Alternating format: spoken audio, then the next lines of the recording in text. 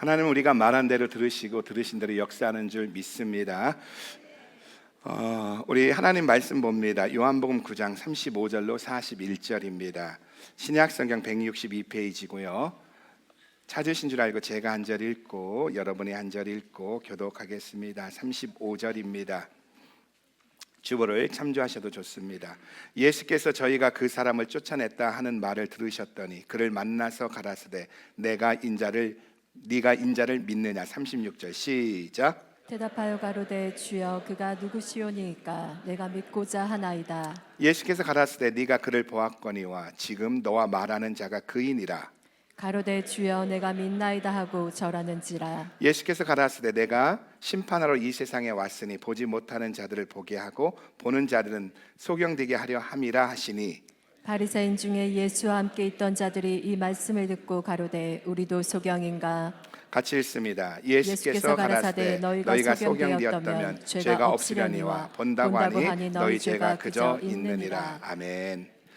오늘 함께 읽은 요한복음 9장 35절로 41절 말씀을 통하여, 전체적으로 9장의 말씀을 통하여 빛 되신 예수님이 내 인생의 빛이 되려면, 이런 제목을 가지고 은혜를 나누고자 합니다. 우리는 인생을 살면서 또 하루를 살면서 수많은 질문들을 합니다. 인생이 어디에서 와서 어디로 가며 왜 사는지에 대한 질문도 하지만 오늘 무엇을 먹을까, 누구를 만날까, 누구와 통화할까, 일상적인 질문도 합니다. 그러나 그 질문 속에는 우리의 생각과 수준과 가치관이 있다는 거예요. 어제 저녁에 어떤 분과 나누었지만 지금부터 약 40년 전, 50년 전만 해도 한국에는 수세식 화장실보다 재래식 화장실이 많았습니다. 그때 어떤 분의 소원이 하루빨리 돈 벌어서 수세식 화장실이 있는 집으로 이사 가는 겁니다. 냄새나고 구더기 들끓는 재래식 화장실에서 수세식 화장실로 이사 가는 것이 꿈이었습니다. 그래서 열심히 돈을 벌었습니다. 돈 드는 일이라면 악착같이 모았습니다. 그리고 자기의 소원대로 수세식 화장실 있는 집으로 이사를 갔습니다. 너무 기뻤어요. 그런데 어느 날 친척 집에 가보니까 친척 집은 아파트라 화장실이 집 안에 있는 겁니다. 이것을 보니까 참 부러웠어요. 겨울에 추울 때, 또 어제처럼 비가 올 때 화장실이 집 안에 있으면 얼마나 좋을까 하고 생각하니까 너무너무 부러운 거예요. 그래서 또 열심히 돈 벌었습니다. 그리고 집 안에 화장실이 있는 아파트로 드디어 이사를 갔습니다. 그리고 한동안 만족했습니다. 그런데 아이들이 자라면서 아침에 화장실 쓰는 문제로 시끄럽게 되어진 겁니다. 순서를 기다리느라 줄을 서야 하고요. 빨리 나와라, 빨리 머리 감아라, 너 때문에 지각한다 하면서 아침부터 고성이 오고 가는 겁니다. 그러다가 어느 날 친구 집에 갔더니 그 집은요, 화장실이 2개인 거예요. 얼마나 부럽던지 빨리 돈 벌어서 화장실 2개 있는 집으로 이사 가야지 하고 결심했다고 합니다. 그래서 수년 동안 열심히 적금도 붓고 돈을 벌어서 화장실 2개 있는 집으로 이사를 갔다고 합니다. 그리고 그날 저녁 그는 감격의 겨와 이렇게 외쳤다고 합니다. 내가 다 이루었다. 그리고 그 남자는 그 다음 해에 죽었다고 합니다. 여러분, 이 사람은 평생 무엇을 하다가 죽은 거죠? 평생 화장실 바꾸는 것만 하다가 죽은 겁니다. 이 사람의 가치관은 더 좋은 화장실이었다는 거예요. 제자들은 태어날 때부터 눈먼 사람이 길거리에서 구걸하는 모습을 보고 이 사람이 소경으로 난 것이 누구의 죄냐고, 부모의 죄입니까? 이 사람의 죄입니까? 라고 예수님께 묻습니다. 그리고 이 질문 속에는 어떤 전제가 깔려 있는 거지요? 이 사람이 소경으로 난 것이 죄 때문이라는 거예요. 이것이 제자들과 그 당시 이스라엘 사람들이 고난을 바라보는 가치관입니다. 질병을 바라보는 가치관입니다. 죄의 결과로 고난이 왔고 죄의 결과로 질병이 왔다는 거예요. 이에 대해 예수님이 이렇게 말씀합니다. 이 사람이 소경으로 태어난 것은 이 사람의 죄도 아니고 그 사람의 부모의 죄도 아니라 이 사람을 통해서 하나님께서 하시는 일을 드러내고자 함이라. 이 사람을 통해서 하나님의 일을 나타내고자 함이라, 이렇게 말씀하십니다. 여러분, 한 사건을 놓고 해석할 때 어떻게 해석하느냐에 따라서 믿음이 생기기도 하고요, 좌절이 생기기도 한다는 거예요. 다시 말해 해석에 따라 견딜 수 있는 힘이 생기기도 한다는 겁니다. 사람이 고난당할 때 힘들고 어려운 이유가 뭔지 아세요? 고난 자체를 해석할 수 없기 때문이라는 겁니다. 그러나 가난하고 병들었어도 자신이 당하는 고난에 대해 해석할 수 있다면 고난이 축복이라고 말할 수 있다는 겁니다. 이와 같이 예수님은 이 사람이 소경으로 태어난 것은 이 사람의 죄도 아니고 이 사람의 부모의 죄도 아니다. 이것을 통하여 하나님께서 하시는 일을 드러내기 위함이라고, 현재의 고난은 내일의 씨앗이라고 이 사람에게 인생의 의미를 해석해 주셨다는 거예요. 그리고 이 사람의 눈을 열어서 보게 해 주셨다는 겁니다. 나면서 소경된 자의 눈이 떠지자 주위 사람들은 충격을 받게 됩니다. 그리고 사람들의 반응이 오늘 본문에 나옵니다. 여러분, 요한복음의 기록 목적에 대해서 요한복음 20장 31절은 오직 이것을 기록함은 너희로 예수 그리스도가 하나님의 아들이심을 믿어 영생을 얻게 하려 하심이라. 여러분, 요한복음의 기록 목적이 뭐라고요? 성경의 기록 목적이 뭐라고요? 예수 그리스도가 하나님의 아들이심을 믿어 우리로 영원한 생명, 영생을 얻게 하려 함이라는 겁니다. 그런데 세상 많은 사람들은 예수님을 위인으로, 성자로, 휴머니스트로 규정하고 예수님께 접근하고 있다는 거예요. 또 반대로 어떤 사람들은 예수님을 바벨론 신화나 그리스 신화 같이 신화로 취급하려는 경향이 있다는 겁니다. 이처럼 세상 사람들은 예수님을 향한 접근은요, 어떤 성인과 같이, 선지자와 같은 휴머니스트나 아니면 신화적 존재, 이 두 가지로 접근한다는 거예요. 그러나 성경이 말씀하시는 예수님은 전혀 다르다는 겁니다. 사람들은 신화적 존재로, 휴머니스트로 접근하고 있는데 성경은 오직 하나님의 아들이신 예수에게만 초점을 두고 있다는 거예요. 아까 우리 한글학교 아이들이 성경을 외웠습니다. 요한일서 4장 15절 말씀을 외웠습니다. 여러분이 그런 7구절에 외우는 것을 보면서 여러분의 마음은 어떻습니까? 부끄러웠을 겁니다. 더 부끄러우시기 바랍니다. 근데 요한일서 4장 15절 말씀이 뭐지요? 요한복음의 주제는 예수 그리스도가 하나님의 아들이심을 믿어 너희로 영생을 얻게 하려 하심이라겠고요, 똑같은 요한일서 4장 15절에 보면 누구든지 예수를 하나님의 아들이라 시인하면 하나님이 저 안에 가고 저가 하나님 안에 거한다. 예수 그리스도를 하나님의 아들이라고 시인할 때 우리가 예수 안에 거하고 예수님이 내 안에 거하는, 예수님과 동행하는 삶이 이루어진다는 거예요. 여러분, 예수 그리스도가 하나님의 아들이라면 예수님은 분명 하나님이시고 인류의 구원자이십니다. 그러니까 만약 예수님이 하나님의 아들이 아닌 보통 사람에 불과하고 휴머니스트에 불과하고 누구의 말처럼 선지자에 불과하다면 아무리 예수님의 삶이 거룩하고 훌륭해도 예수님은 결코 인류의, 저와 여러분의 구원자가 될 수 없다는 거예요. 그래서 요한복음은 예수님이 하나님의 아들이라는 사실을 우리로 믿게 하기 위해서 기록되어져 있다는 겁니다. 그래서 요한복음의 특징 중에 하나가 뭐라 그랬죠? 마태복음, 마가복음, 누가복음과 달리 요한복음은요, 예수님이 행하신 기적 이후에나 또 예수님이 기적을 행하시기 전에 반드시 선포가 있는데 그 선포가 뭐라고요? 예수님이 하나님의 아들이시라는 선포가 있다는 거예요. 그래서 떡 5덩어리와 물고기 2마리를 5,000명을 먹이시고 난 다음에 하신 말씀이 뭡니까? 나는 생명의 떡이다. 나는 하늘로서 내려온 생명의 떡이다. 또 죽은 나사로를 살리신 후에는 나는 부활이요 생명이다. 그리고 오늘 본문에 보면 나면서부터 소경된 자를 고치시기 전에, 기적을 행하시기 전에 뭐라고 하십니까? 나는 세상의 빛이라고 선포하고 있다는 거예요. 그래서 요한복음은요, 기적으로만 끝나는 것이 아니라 기적이 표적이라고 하면서 그 표적의 목적은 예수 그리스도가 하나님의 아들이시라는 선언과 연결되어진다는 거예요.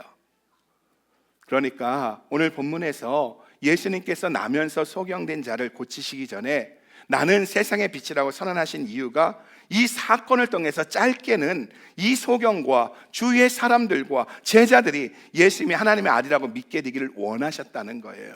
그리고 더 나아가 요한복음의 기록 목적과 같이 오늘 예수님이 나면서 소경된 자를 고치시기 전에 나는 세상의 빛이라고 선언하신 이유는요, 오늘 우리가 예수 그리스도를 하나님의 아들로 믿어 저와 여러분이 영생 얻기를 원하신다는 거예요. 오늘 하나님의 소원은, 하나님의 마음은 저와 여러분이 예수 그리스도를 하나님의 아들로 믿어 영생을 얻게 있는 줄 믿으시기 바랍니다. 여러분, 그러기에 소경이 눈을 뜨는 것도 중요하고요, 기적이 일어난 것도 중요하지만 진짜 중요한 것은 빛 대신 하나님의 아들 예수를 만나는 것인 줄 믿으시기 바랍니다. 그런데 오늘 본문에 보면 빛 대신 예수님 앞에 사람들의 반응이 나옵니다. 그리고 어쩌면 오늘 본문에 나오는 이 사람들의 반응이 우리의 반응이라는 거예요. 성탄절을 맞이하는 저와 여러분의 반응이 오늘 본문에 나오는 사람들의 반응과 연결되어져 있다는 거예요. 저는 오늘 말씀을 통해 우리 모두가 예수님이 하나님의 아들이라고 선언하고 고백하는 놀라운 역사가 있기를 소원합니다. 오늘 본문에 보면은요, 빛이신 예수님이 하나님의 아들로 오셨는데 그것을 잘못된 반응 때문에 빛이신 예수를 만나지 못한 사람들의 이야기가 나옵니다. 그 중에 첫 번째 사람이 바리새파 사람들입니다. 이 사람들의 반응을 한번 볼까요? 요한복음 9장 13절로 15절입니다. 우리 같이 한번 읽어봅니다. 시작. 저희가 전에 소경되었던 사람을 데리고 바리새인들에게 갔더라. 예수께서 진흙을 이겨 눈을 뜨게 하신 날은 안식일이라. 그러므로 바리새인들도 그 어떻게 보게 된 것을 물으니 가로되 그 사람이 진흙을 내 눈에 바르매 내가 씻고 보나이다 하니. 태어날 때부터 소경이었던 사람이 눈을 뜨게 되자 주변 사람들이 그를 바리새인들에게 데리고 갔다는 거예요. 그리고 데리고 간 이유는 오늘 본문에 보면 두 가지 이유 때문이라는 거예요. 하나는 당시의 바리새인들이 종교 지도자였고 멘토였기 때문입니다. 지금 나면서부터 소경된 자가 눈을 떴다는 것은 엄청난 사건입니다. 32절에 보면은요, 창세 이후로 이런 일이 없었대요. 창세 이후로 없었던 일이 바로 나면서 소경된 자가 눈을 뜬 겁니다. 어마어마한 사건이 일어난 겁니다. 그래서 사람들은 이 엄청난 사건에 대한 해석을 듣고 싶어서 멘토이고 종교 지도자였던 바리새인에게 바로 이 나면서 소경된 자, 눈뜬 자를 데리고 갔던 거예요. 그리고 또 하나는 예수님께서 소경된 사람의 눈을 뜨게 하신 날이 하필이면 안식일인 겁니다. 그래서 안식일을 지키는 문제에 대해서 묻고 싶었던 거예요.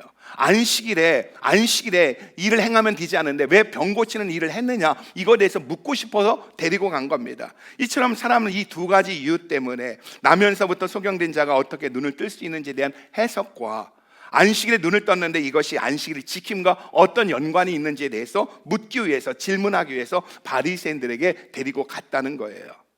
그러자 바리새인들은요, 나면서부터 소경된 자가 눈을 뜬 것을 보고 이 엄청난 사건에 대한 해석과 안식일을 지키는 문제에 대해서 고민하게 됩니다. 그러면서도 이들을 힘들게 한 건 뭔지 아세요? 평소에 자기들이 이단이라고 거짓 선지자라고 몰아붙였던 예수가 나면서부터 소경된 자의 눈을 뜨게 한 겁니다. 어떻게 이것을 설명할 수 있느냐는 거예요. 이제까지 자기들이 공격했던, 거짓 선지자라고 공격했던 예수가 나면서부터 소경된 자의 눈을 뜨게 했는데 이것을 어떻게 해석할 수 있느냐는 거예요. 그래서 바리새인들은요, 눈을 뜨게 된 사람에게 사건의 자초지정을 묻습니다. 그러자 소경이었던 자가 거침없이 말합니다. 네가 어떻게 눈을 뜨게 되었냐 하고 물었더니 예수께서 내 눈에 진흙을 이겨서 바르고 실로암 연못에가 씻으라고 해서 씻었더니 내가 나음을 입었다면서 사실 그대로 말했다는 거예요. 그러자 몇몇 바리새인들이 이렇게 말합니다.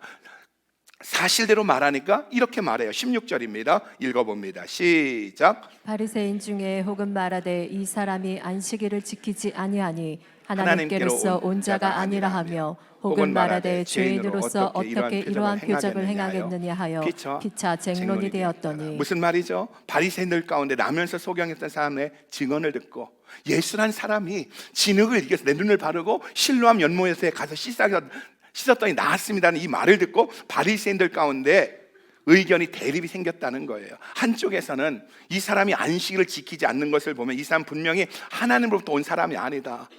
모세의 율법을 저버린 저 사람은 하나님으로부터 온 사람이 아니다.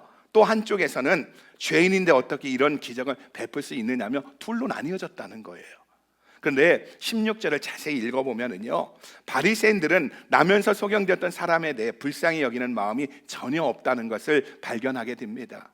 나면서부터 소경되어져서 그의 삶이 힘들고 어렵고 정말 아팠던 그 삶에 대한 이해가 없다는 거예요. 오직 안식일을 지켰냐 지키지 않았느냐에만 열중하고 있다는 거예요. 그래서 바리새인들은 소경이 눈을 떴다는 소식을 들었을 때 기뻐하지 않고요, 왜 안식일에 병을 고쳤느냐 시비를 걸었다는 거예요. 그러니까 이들에게는요, 철저한 논리만 있었지 사랑이 없었다는 것을 보여주고 있습니다. 여러분, 세상에 존재하는 이론은요, 어차피 불완전하다는 것 아세요? 아무리 완벽한 이론이 나온다 할지라도요, 항상 반론이 있다는 거예요. 그래서 여러분, 한국의 유튜브 보고 한국 정치 소식을 보면서 열불 낼 필요 하나도 없어요. 도끼니 개끼니예요. 그게 다 그거예요. 여러분, 그러기에 이론보다 큰 것이 사랑이라는 거예요. 예전에 제가 섬기던 교회에 어떤 자매가 형제를 사랑합니다. 막 그 형제만 보면 너무 좋대요. 그래서 형제를 사랑하니까 그 형제의 모든 점이 좋은 거예요. 그래서 뭐가 좋으냐 했더니 그 형제 키가 커서 좋대. 그러니까 자기 이상형이 키가 큰 남자라고 합니다. 자기는 키 큰 남자가 좋대요. 또 그 형제가 또 말도 잘하고 좀 똑똑하거든요. 그랬더니 그러는 거예요. 똑똑해서 좋고 공부 잘해서 좋다는 겁니다. 근데 그 형제가 좀 눈이 작아요. 근데 뭐라고 하는지 아세요? 자기는 눈이 작은 남자가 좋대요. 그런데 중요한 거는요, 이 형제는요, 이 자매를 싫어한다는 거예요. 이 자매는 엄청나게 사랑하고 좋아하는데 이 형제는 싫어하는 거예요. 그런데 더 큰 문제는요, 이 형제가 좋아하는 자매가 따로 있다는 거예요. 다른 자매를 좋아한다는 거예요. 그런데 진짜 더 큰 문제는요, 형제가 좋아하는 다른 자매는요, 이 형제를 싫대요. 왜 싫으냐고 물어봤더니 키가 커서 싫대. 키가 커서 싱거워서 싫대. 너무 말 잘하고 똑똑하고 잘난 척해서 싫대. 그리고 자기는 눈 큰 남자를 좋아하는 눈이 너무 작아서 싫대요. 무슨 말이에요? 좋아하는 마음만 있으면은요, 그 형제가 가지고 있는 모든 것이 다 좋은데 반대로 싫어하는 마음만 있으니까 그 형제가 가지고 있는 장점들이 다 단점으로 보였다는 거예요. 여러분, 이처럼 마음이 중요하다는 겁니다. 그러므로 세상을 변화시키는 것은 이론이 아니라 사랑하는 마음이라는 거예요. 어느 날 제가 잠자고 있는 제 아내의 얼굴을 봤어요. 봤더니 눈가에 주름이 잘잘잘 있는 거예요. 제가 결혼 30주년이 되고 나고 그러니까 약간 좀 철들어가지고, 근데 지난 30년 동안 애쓰고 고생한 게 너무 좀 미안한 마음이 드는데 그 주름이 이뻐 보이는 거예요. 그래서 저는요, 요즘 눈가에 주름 있는 여인을 좋아합니다. 제가 절대로 보톡스 주사 안 놔주려고 하는 얘기가 아니라, 바리새인들은요, 결국 안식일을 지켰느냐 안식일을 지키지 않았느냐는 전통을 따지고 논리를 따지다가 사랑의 마음을 잃어버리니까 빛 대신 예수님을 만나지 못했다는 거예요. 빛 대신 예수님 앞에 논리만 가지고 반응했다는 겁니다. 그래서 예수님이 에베소 교회에 그렇게 말하잖아요. 너희의 수고와 너희 인내를 내가 안다. 그러나 교회 안에 들어온 거짓 사도들과 선지자들과 싸우다 보니까, 논리를 가지고 싸우다 보니까 너희 안에 첫사랑을 잃어버렸다. 첫사랑을 회복해라. 너희가 어디서 떨어진 것을 기억하고 첫사랑을 회복하라고 말하는 겁니다. 그러니까 논리만 가지고 반응하다 보니까요, 빛 대신 예수님을 만나지 못했다는 거예요. 성탄의 시즌입니다. 초림 예수님이 이 땅에 아기로 오셨을 때 어떻습니까? 예수님이 말구 위에 있고 가장 가까이 있음에도 사람들은 어떻게 합니까? 헤롯은 자기의 자리를 지키기 위해서 칼을 들고 성탄절을 맞이하고요. 서기관과 제사장들 어떻습니까? 바로 동방박사가 찾아오고 예수님이 메시아의 탄생이 어디 있느냐고 말할 때 미가서 7장 2절 말씀을 가지고 베들레헴이라고 말하면서도 예수님이 오신 그 자리에 가지 않습니다. 자기에게 있는 지식은 있었지만 움직일 수 있는 손이 없으니까 성탄을 맞이할 수가 없었던 거예요. 또 여관주의는 어떻습니까? 전 세계에 흩어졌던 사람들이 오니까, 대목이니까 돈 버는 재미에 예수님 옆에 있어도 예수님을 섬기지 못했다는 거예요. 어쩌면 오늘 이 바리새인들처럼 우리가 여관주의처럼 내가 갖고 있는 논리 때문에, 내가 갖고 있는 어떤 경험 때문에 그것을 주장하다가 예수님을 만나지 못하는 일이 있지는 않느냐는 거예요. 요즘 수요일 날 우리 교회 남성들과 북클럽을 하는데 한 10여 명 우리 형제님들과 북클럽을 하는데 책 내용이 철로 역정입니다. 크리스찬인 한 사람이 세속 도시에서 떠나 천국을 향해 가는 여정을 담고 있는 것이 철로 역정인데, 그 철로 역정에 이 사람이 여정 가운데 끊임없이 붙잡고 있고 끊임없이 전진을 막고 있는 게 뭔지 아세요? 고집입니다. 편견입니다. 그리고 이 고집이 정욕으로 바뀌고요, 그런 모습을 봅니다. 무슨 말입니까? 오늘 혹시 우리가 갖고 있는 어떤 논리 때문에 논리만을 주장하다가 빛 대신 예수님을 만나지 못하고 있지는 않느냐는 거예요. 두 번째로, 빛 대신 예수님을 만나지 못한 사람의 반응 중에 소경된 사람의 부모님의 반응입니다. 우리 18절과 19절 우리 같이 한번 읽어봅니다. 시작. 유대인들이 자우가 소경으로 있다가 보게 된 것을 믿지 아니하고 그 부모를 불러 묻되 이는 너희 말에 소경으로 났다 하는 너희 아들이냐? 그러면 지금은 어떻게 되어 보느냐? 바리새인들은요, 소경에다 눈을 뜬 사람의 말을 믿을 수가 없다며 끊임없이 예수란 사람이 진흙을 이겨서 내 눈에 바르고 실로암 연못에 가서 씻사기에서 씻었더니 나았습니다, 이렇게 계속 말하자 그의 부모를 불러옵니다. 그런데 바리새인들이 그의 부모를 불러온 이유가 뭐라고요? 진리를 찾으려는 게 아니에요. 자신들의 생각을 강요하기 위해서라는 거예요. 이들은 진실 여부에는 관심이 없습니다. 오히려 확실한 증거가 있음에도 불구하고 그들은 예수님을 받아들일 수 없다는 교만과 편견만 있다는 거예요. 그래서 눈뜬 사람의 말을 믿지 않고요, 그 증거에 가치가 없다면서 부모를 불러왔다는 거예요. 우리 20절로 23절 계속 읽어요. 읽습니다. 시작. 그 부모가 대답하여 가로되 이가 우리 아들인 것과 소경으로 난 것을 아나이다. 그러나 지금 어떻게 되어 보는지 또는 누가 그 눈을 뜨게 하였는지 우리는 알지 못하나이다. 저에게 물어보시오. 저가 장성하였으니 자기 일을 말하리이다. 그 부모가 이렇게 말한 것은 이미 유대인들이 누구든지 예수를 그리스도로 시인하는 자는 출교하기로 결의하였으므로 저희를 무서워함이러라. 이러므로 그 부모가 말하기를 저가 장성하였으니 저에게 물어보시오 하였더라. 여러분, 이 소경의 부모는요, 예수님께 자기 아들의 눈을 뜨게 했다는 사실을 지금 알고 있어요? 모르고 있어요? 알고 있지요. 확실히 알고 있습니다. 그렇지만 눈치가 빨라서 예수님의 능력을 인정하면 그 순간 공동체에서 출교당해야 한다는 사실도 알고 있었다는 겁니다. 그래서 뭐라고 대답합니까? 지금 네 아들이 어떻게 해서 보게 되었느냐? 바리새인들이 질문하자 이 아이가 내 아들인 것도 맞고 이 아이가 태어날 때 소경으로 태어난 것도 맞지만 어떻게 눈을 뜨게 된지에 대해서는 모르겠으니 저 아이가 다 장성했으니까 어른이 되었으니까 그에게 직접 물어보라고 하면서 발을 뺍니다. 여러분, 우리가 진리를 알고 있다고 해서 세상을 변화시키는 것이 아니라는 것 아세요? 이 사람들은요, 예수님이, 빛이신 예수님이 자기 아들을 고치신 것을 압니다. 진리를 압니다. 그러나 아는 데서 멈췄다는 거예요.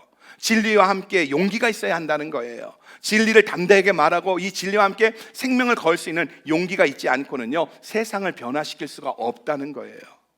여러분, 우리가 세상을 살아갈 때 제일 두려운 것이 고립의 공포입니다. 혼자 되는 거지요. 가정에서, 직장에서, 교회에서, 학교에서 소외되고 따돌림 당하는 것만큼 두려운 것은 없습니다.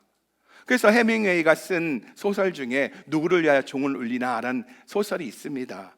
이 소설은 영국의 시인이었고 영국의 신부였던 조던의 그 누구를 위하여 종을 울리나는 이 시에서 영감을 얻어 쓴 소설인데, 이 소설의 내용은요, 스페인의 내전을 중심으로 쓰여져 있습니다. 스페인의 민주주의를 위해서 미국에 온 로버트 조던이 당시의 게릴라군을 이끌고 있는 파블로와 손을 잡고선 적들이 오는 다리를 폭파시키는 내용입니다. 우리가 잘 아는 이야기잖아요.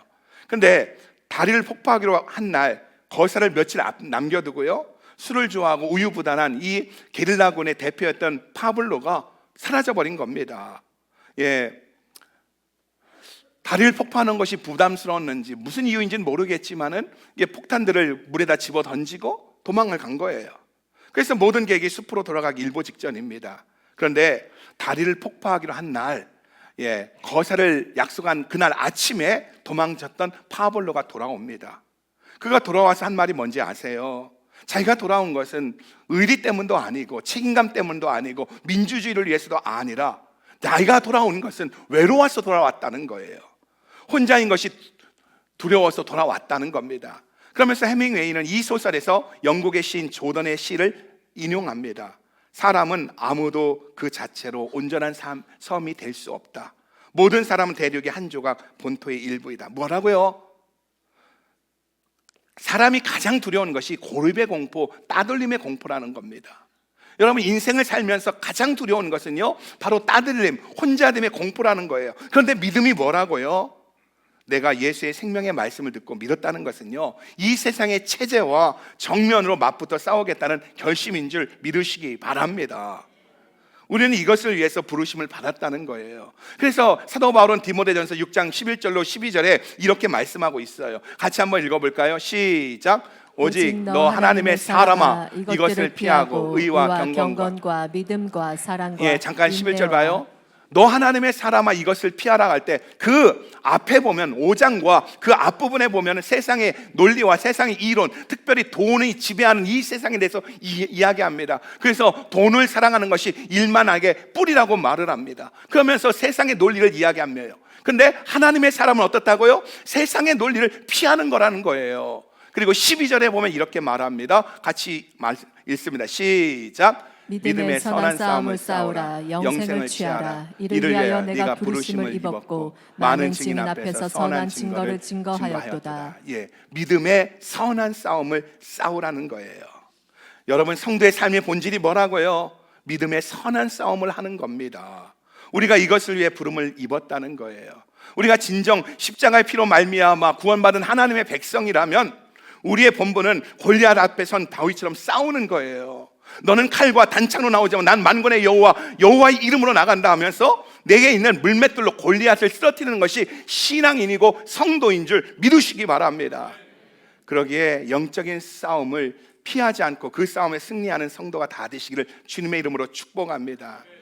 눈뜬 자의 부모는요, 자기 아들이 눈을 떴음에도 불구하고 바리새인들과 종교 지도자들이 무서워서, 공동체에서 고립되는 것이 무서워서, 세상의 논리에서 이탈되는 것이 무서워서 진실을 입 밖에도 내지 못하다 보니까 빛이신 예수님을 만나지 못했다는 거예요. 저는 정말 우리가 이 성탄의 시즌에 우리 모두가 예수는 그리스도라고 선포하고 복음을 증거하는 놀라운 역사가 있기를 주님의 이름으로 축복합니다. 세 번째로 눈을 뜨게 된 사람의 반응입니다. 나면서부터 소경되었던 자가 눈을 뜨고 난 후에 그의 대답을 보면 한결같습니다. 그의 말에는 다른 수식어가 없다는 거예요. 누가 물어봐도 어떤 상황에서도 예수께서 진흙을 이겨서 내 눈에 바르고 실로암 연못에 가 씻으라 해서 씻었더니 나았다는 말을 끊임없이 이야기합니다. 11절을 보고 15절을 보고 27절을 보고 30절을 보면은 나는 눈먼 사람이었는데 그분이 내 눈에 진흙을 바르고 실로암 연못에 가서 씻었더니 나았다고 계속 고백하고 있다는 거예요. 그리고 사람을 두려워하지 않았다는 겁니다. 바리새인이든 제사장이든 그 누구 앞에서도 담대했다는 거예요. 사실만을, 진실만을 붙들고 담대했다는 거예요. 우리 26절과 27절 읽어봐요. 같이 읽습니다. 시작. 저희가 가로되 그 사람이 내게 무엇을 하였느냐? 어떻게 내 눈을 뜨게 하였느냐? 대답하되 내가 이미 일렀어도 듣지 아니하고 어찌하여 다시 듣고자 하나이까? 당신들도 그 제자가 되려 하나이까? 내가 이미 말하지 않았느냐고, 다시 듣기를 원하냐고, 당신들도 그의 제자가 되길 원하느냐고 말합니다. 여러분, 당시 유대 사이에서요, 바리새파 사람들과 눈이 멀어 구걸하는 사람과의 신분 차이는요, 하늘과 땅만큼 큽니다. 소경이었던 사람이 이런 식으로 말한다는 것은요, 도저히 있을 수 없는 거예요. 그런데 놀라운 일이 일어난 겁니다. 여러분, 사람이 예수님을 만나면 용기가 생긴다는 사실을 아세요? 사람이 예수를 만나면 어떤 상황에서도 굴하지 않는 용기가 있다는 거예요. 지난 화요일에 우리 교회에서 선교를 위한 기도 모임에서 잠깐 갔습니다. 터키에서 선교 사역 하시다 돌아오신 분의 간증입니다. 그 친구 선교사님 중에 김천국 선교사님 분이 있었대요. 근데 이분이 터키에 선교를 가면서 자기 자신에게 고백하고 약속한 것이 내가 하루에 100명 이상에게 복음을 전하겠다, 그런 마음을 가지고 항상 어디든 누구를 만나든지 복음을, 예수를 자랑했다는 거예요. 근데 어느 날 다른 일로 너무 바빠서, 다른 사역으로 바빠서 복음 전하는 일을 못한 거예요. 그래서 집에 돌아왔습니다. 저녁을 먹고 났는데 내가 왜 왔는가? 복음 전하러 왔는데 복음 전하지 않고 내가 잠을 잘 수 없다 생각해가지고 그 어스름할 때에 밖으로 나간 겁니다. 예, 다시 복음 전하러 나간 거예요. 아이가 만삭인, 둘째 아이로 만삭인 아내의 배웅을 받으며 이분이 복음 전하러 나간 거예요. 근데 복음 전하러 나갔다가 사람들이, 그 동네 불량배들이 이 선교사님 갖고 있는 폰이, 전화기가 한국 거고 좋은 거니까 그것을 뺏으려고 어떻게 한지 아세요? 칼로 찔러 죽인 거예요. 그래서 복음 전하 나갔다가 이분이 죽은 거예요. 이분이 한국에 좋은 직장 놓고 하나님 앞에 헌신하고 선교지 터키로 왔고요. 와서도 정말 복음 때문에 살다가 자기가 복음을 전하지 않은 것에 대한 짓눌림 속에서 어떻게 합니까? 복음을 전하겠다고 나간 거예요. 근데 그게 기다리고 있었던 건 칼에 찔려 죽는 거예요. 그리고 5일 뒤에 그 사모님이, 그 부인 선교사님이 둘째 아이를 해산합니다. 그래서 그 누구도 그 앞에 가서 어떤 말로 위로할 수 없어서 입을 다물고 있었습니다. 근데 이 선교사님 갔대요. 갔더니 그 선교사님 부인이 말하더랍니다. 선교사님, 우리 둘째 이름이 뭔지 알아요? 하선이라고 지었어요. 하선이요? 하나님의 선물이요? 그랬더니 아니요, 하나님은 선하시다. 하나님은 선하시다. 여러분, 어떻게 이것이 이해가 됩니까? 어떻게 해석이 됩니까? 그러나 진짜 예수를 만나고요, 하나님 나라의 비전이 확실한 사람은 어떻게 되는지 아십니까? 그 모든 것 앞에서 하나님은 선하시다고 고백할 수 있는 용기가 생기더라는 거예요. 우리 교회도요, 사랑한 자녀를 일찍 하늘나라 보내고 갑자기 찾아온 고통 앞에 있었지만 그 속에서도 하나님은 선하시다고 고백하는 분들이 있습니다. 왜요? 진짜 하나님을 만났기 때문입니다. 이성으로 이해가 되어져서 하는 것이 아니라 내가 만난 그 하나님 때문에, 내 가슴 속에 꽉 채워준 그 하나님 때문에 하나님은 선하시다고 고백하는 거예요. 세상의 권력 앞에서도요, 그 어떤 세력 앞에서도요, 전혀 두려워하지 않는다는 겁니다. 오직 하나님을 향한 경외심만 생긴다는 거예요. 그래서 마태복음 10장 28절에 보면은요, 우리가 진짜 두려워할 게 뭔지에 대해서 이렇게 이야기합니다. 같이 한번 읽어볼까요? 시작. 몸은 죽여도 영혼은 능히 죽이지 못하는 자들을 두려워하지 말고 오직 몸과 영혼을 능히 지옥에 멸하시는 자를 두려워하라. 여러분, 저와 여러분이 진짜 두려워할 것은 불경기도 아니고 세상의 어떤 논리도 아니고 어떤 세상의 그 어떤 정치적인 상황도 아니라 오직 여호와 하나님만인 줄 믿으시기 바랍니다. 바리새인들은 눈먼 사람이었다가 눈 뜬 사람이 이렇게 담대히 증거하자 34절에 보면 결국 그를 쫓아냅니다. 우리 34절 읽어봐요. 같이 읽어봅니다. 시작. 저희가 대답하여 가로되 내가 온전히 죄 가운데서 나서 우리를 가르치느냐 하고 이에 쫓아내어 보내니라. 여기서 쫓아내어 보내니라는 말은요, 있는 자리에 있는 그 공간에서 나가란 뜻이 아닙니다. 본문의 문맥과 22절의 문맥과 원어로 보면은요, 출교입니다. 다시 말해서 유대인의 공동체에서 쫓겨내는 일이 벌어진 겁니다. 지금 이 사람에게 최악의 상황이 닥친 거예요. 어쩌면 이 사람은 소경으로 있을 때가 더 평탄했을 겁니다. 구걸하면서 거지로 살면서 눈을 감고 있었지만 거지로 살면서 그럭저럭 나름 안정된 삶을 살았을 겁니다. 그런데 예수님의 능력으로 말미암아 눈이 떠졌다는 거예요. 문제는 그때부터 형통함이 사라졌다는 거예요. 그전엔 그럭저럭 살았는데 이제 심각한 문제가 닥친 거예요. 세상의 핍박이 다가온 겁니다. 유대인의 공동체에서 출교를 당했다는 거예요. 무슨 말이죠? 우리도 마찬가지라는 겁니다. 세상에서 눈 감은 상태로 구원받지 못한 상태로 살아갈 때는요, 그럭저럭 살아갈 수 있었다는 거예요. 그러나 내가 눈뜬 상태가 되면서부터 예수님의 십자가의 피로 말미암아 구원받은 그때부터는요, 세상의 오해와 핍박이 나를 기다리고 있다는 거예요. 여러분 예수 믿는 것이 뭐라고 생각합니까? 이것은요, 우리의 눈이 떠졌다는 것 이상으로 이제 우리의 목적이 바뀌었다는 거예요. 예수 믿는 것은 병고침을 받고 눈을 뜨고 기적이 있는 것, 그 이상으로 우리의 삶의 목적이 바뀌었다는 거예요. 소경이 눈 뜨기 전에 가졌던 직업이 뭐지요? 구걸하는 것이었습니다. 거지였습니다. 그럼 여러분에게 물어요. 여러분, 눈 뜬 거지가 돈을 잘 모으겠습니까? 아니면 눈 감은 거지가, 소경이 더 돈을 많이 모으겠습니까? 너무 어렵게 질문했나요? 눈먼 거지가 더 많이 번다는 거예요. 무슨 말이죠? 우리가 이 세상에서 거지같이 살려고 하면은요, 세상의 가치관에 기초를 두고 화장실 한 개에서 두 개로 옮겨가는 건데 내 인생의 목적을 두고 살면은요, 눈 뜰 필요가 없다는 거예요. 여전히 돈의 논리를 따라가고 세상의 논리를 따라가길 원한다면 우리는 눈 뜰 필요, 예수 믿을 필요가 없다는 거예요. 여전히 소경으로 살면은요, 더 많은 동전을 얻을 수 있고요, 이것은 세상 살아가는 방법이라는 겁니다. 그러기에 우리가 눈 뜬 다음에도, 예수 믿은 다음에도 여전히 거지로 살아가는 것은 하나님의 뜻이 아니라는 거예요. 눈이 떠졌다는 것은 삶의 목적이 바뀌는 겁니다. 소경이었던 자가 바리새인들에게 모욕을 당하고 쫓겨났다는 소문을 듣고요, 예수님이 그를 찾아가 만나 주십니다. 중요한 것은요, 소경이었다 눈 뜬 사람 예수님을 찾은 것이 아니라 예수님 먼저 그를 찾아가 만나 주었다는 거예요. 예수님이 직접 찾아와 만나 주셨다는 거예요. 마치 여리고와의 전쟁을 앞둔 그 여호수아를 하나님이 찾아오셨듯이 오늘 정말 이 눈이 떠지고 진리를 붙들고 진리 때문에 출교당하고 고통당하고 있는 이 사람을 예수님이 찾아오셨다는 거예요. 이 말을 다시 말하면, 내가 예수를 믿는다고 하면서도 예수님이 느껴지지 않고 예수님의 동행함이 느껴지지 않고 늘 예수를 믿나 안 믿나 똑같은 삶을 살아가고 있다면 그 이유가 뭐라고요? 우리 안에 세상의 가치관을 버리고 예수를 붙드는 빛드신 주님을 따라가는 그 결단이 없기 때문에 오늘 예수님이 느껴지지 않는다는 거예요. 여러분, 그러니까 우리가 눈뜬 자로 그분을 거절하지 않을 때 예수님이 나를 찾아와 만나 주신다는 거예요. 예수를 믿으셨습니까? 눈을 뜨셨습니까? 이제 그분을 위해 사셔야 됩니다. 우리 35절 읽어봅니다. 35절입니다. 시작. 예수께서 저희가 그 사람을 쫓아냈다 하는 말을 들으셨더니 그를 만나사 가라사대 내가 인자를 믿느냐.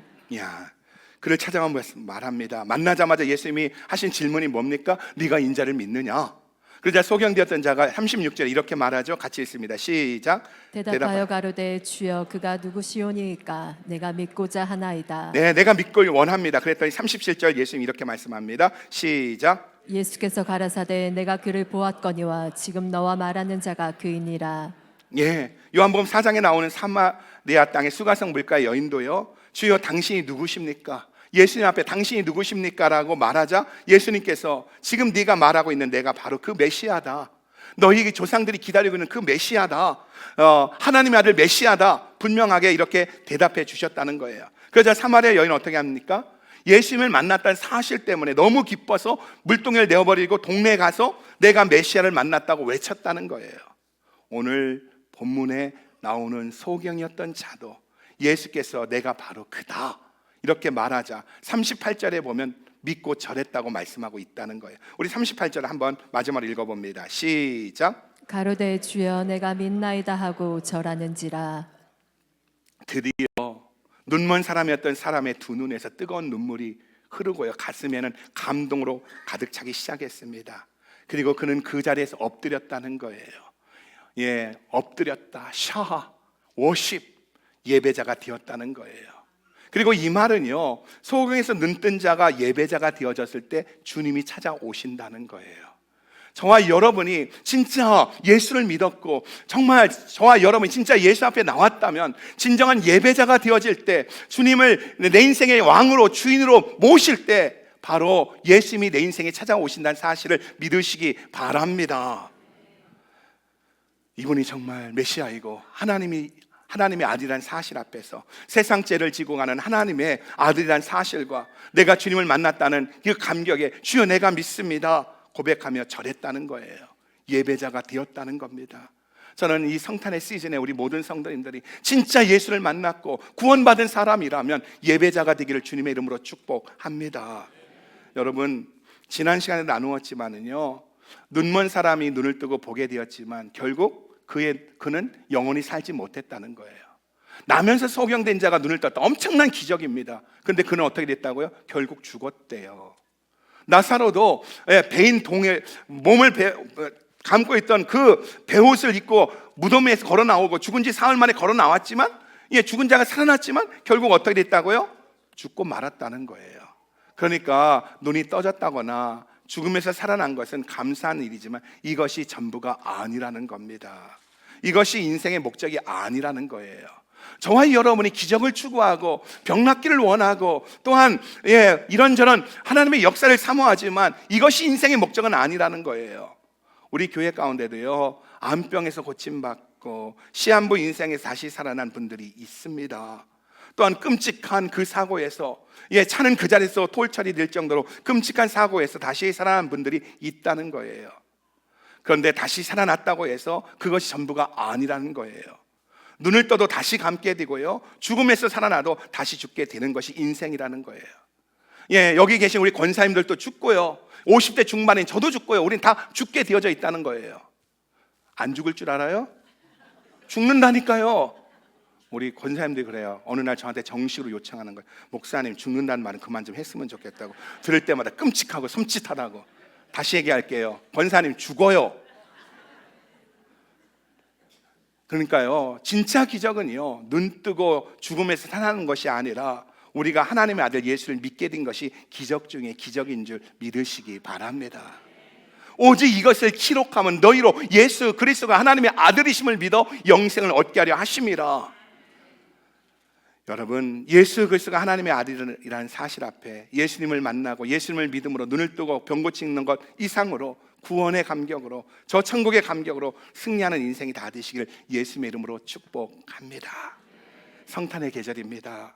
내가 구원받았다고 하면서도 아직도 세상 방법으로 살아간다면, 바리새인들처럼 내 것을 놓지 않으려는 고집 속에서 편견과 교만으로 예수님을 바라보고 있다면, 아기 예수님이 태어났을 때 예수님 주위에 있던 헤로드 왕이 자기 것을 놓지 않으려고 칼과 그리고 창으로 성탄절을 맞이하고, 서기관과 제사장들은 아는 지식은 있었지만 손발이 없는 모습으로 성탄절을 맞이하고, 여관 주인은 돈 버는 재미로 성탄절을 맞이했을 때 그들이 그 성탄의 감격을 누리지 못했듯이, 우리도 바리새인들처럼 내 것을 놓지 않으려는 고집 속에서 편견과 교만으로 예수님을 바라본다면, 또 소경의 부모처럼 진리 앞에, 말씀 앞에 용기 있는 결단을 하지 못한다면 우리는 빛되신 예수님을 만날 수도 없고요, 영원한 하나님 나라도 누릴 수가 없다는 거예요. 그러기에 빛되신 예수님 앞에 소경이었던 사람처럼 예수님은 하나님의 아들이라고, 예수님은 나의 구원자라고 외치면서 담대하게 세상을 향해 달려나가는 한 주간이 다 되시기를 주님의 이름으로 축복합니다. 여러분, 예수 그리스도가 하나님의 아들이시라면, 그분이 진짜 하늘 보좌를 버리고 이 땅에 인간의 몸을 입고 오셔서 십자가에서 예수가 죽으신 것이 사실이라면, 예수 그리스도가 나를 위해 죽으시고 부활하신 것이 사실이라면, 우리 또한 세상의 모든 세상에 주었던 가치관을 내려놓고 말씀을 붙들고 살아내는 놀라운 역사가 있기를 주의 이름으로 축복합니다. 이것이 내가 사는 길이고 우리 교회가 사는 길이고 내 안에 주님이 살아 계시는 역사가 가져오는 통로인 줄 믿으시기 바랍니다. 기도하겠습니다.